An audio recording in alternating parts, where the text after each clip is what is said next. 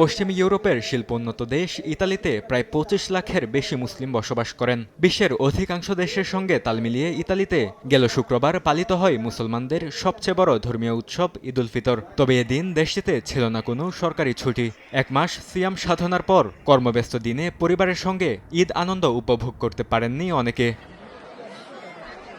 কর্মব্যস্ত দিনে ঈদের আনন্দ ভাগাভাগি করতে না পারলেও শনিবার ও রোববার ছুটির দিনে ইতালির বিভিন্ন ঐতিহাসিক ও দর্শনীয় স্থানে মুসলমানদের উপচে পড়া ভিড় দেখা গেছে। কিছুটা দেরিতে হলেও ছুটির দিন ঈদের শুভেচ্ছা ও কৌশল বিনিময় করেন প্রবাসীরা। ঈদ আনন্দ ভাগাভাগি করতে পেরে উচ্ছ্বাস প্রকাশ করেন দেশটিতে বসবাসরত প্রবাসী বাংলাদেশিরাও। আমাদের এখানে শুক্রবার ঈদ ছিল, শনি রবিবার আমাদের ছুটি ছিল। আমরা বন্ধু বান্ধব নিয়ে অনেক আনন্দ করছি। দেশের মানুষ এবং আত্মীয় স্বজন সবাইকে ঈদ মুবারক জানাচ্ছি। আমরা ইটালির প্রবাসী।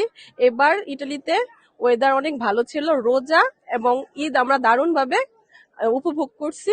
ঈদের দিন ইতালিতে সরকারি ছুটি ঘোষণার দাবি প্রবাসী বাংলাদেশিদের। সময় সংবাদ, ইতালি।